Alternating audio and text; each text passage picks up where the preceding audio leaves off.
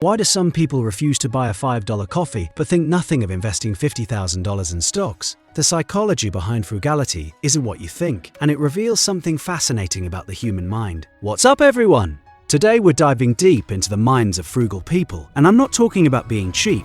There's a huge difference. By the end of this video, you'll understand the psychological patterns that drive frugal behavior, why these people often end up wealthier, and whether you might have some of these traits yourself. Stick around because the fourth trait I'm going to share might actually surprise you. It's something even frugal people don't realize about themselves. Let's start with the most fundamental trait. Frugal people have an almost superhuman ability to delay gratification. Remember the famous marshmallow experiment? Kids who could wait for 2 marshmallows instead of eating 1 immediately tended to have better life outcomes. Frugal people are basically those kids, all grown up, but here's what's happening in their brains. They're literally wired differently. Studies show that when frugal individuals think about future rewards, their prefrontal cortex, the planning and decision-making center, lights up more actively than in average spenders. They're not just thinking about tomorrow, they're viscerally experiencing their future selves. So when a frugal person passes on that daily $6 latte, they're not just saving money, they're mentally time traveling, seeing that $2,190 per year compounding in their investment account. They feel the future reward more intensely than the present temptation. Comment below, are you team instant gratification or team delayed gratification? Be honest, but delaying gratification is just the surface. The second trait gets into how frugal people actually perceive value itself. Frugal people don't see money, they see opportunity cost. This is crucial to understand. When you or I see a $100 shirt, we think, can I afford this? Frugal people think, what else could this $100 become? This isn't about being cheap, it's about having a completely different mental framework. Psychologists call this economic thinking, and it's exhausting for most people.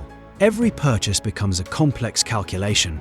That $100 shirt, a frugal person sees 10 hours of work at $10 per hour, $100 invested becoming $200 in 7 years at 10% return, 20 meals of groceries, or simply 100 things they value more than a shirt. Here's the fascinating part. Research from the Journal of Consumer Psychology found that frugal individuals actually experience more pleasure from not buying things than others experience from buying things. Their reward system fires when they resist temptation. It's like they're getting a dopamine hit from saving. Now, the third trait is where things get really interesting, because it actually contradicts what most people think about frugal individuals. Here's the plot twist. Truly frugal people aren't stingy. In fact, they're often more generous than average spenders, but in calculated ways. This seems contradictory, right? But psychology research shows that people who are frugal with themselves often display what's called strategic altruism. They're not hoarding money out of fear, they're accumulating it out of purpose. A University of California study found that self-identified frugal individuals donate a higher percentage of their income to charity than self-identified normal spenders. Why? Because their frugality creates surplus, and their value-based thinking extends to impact. They'll refuse a $50 restaurant meal, but donate $500 to a cause they believe in. They'll drive a 10-year-old car but fund a family member's education. They're not cheap, they're intentional. They want their money to create maximum value, whether that's for their future self, their family, or their community. This reveals something profound. Frugality often comes from an abundance mindset, not a scarcity mindset.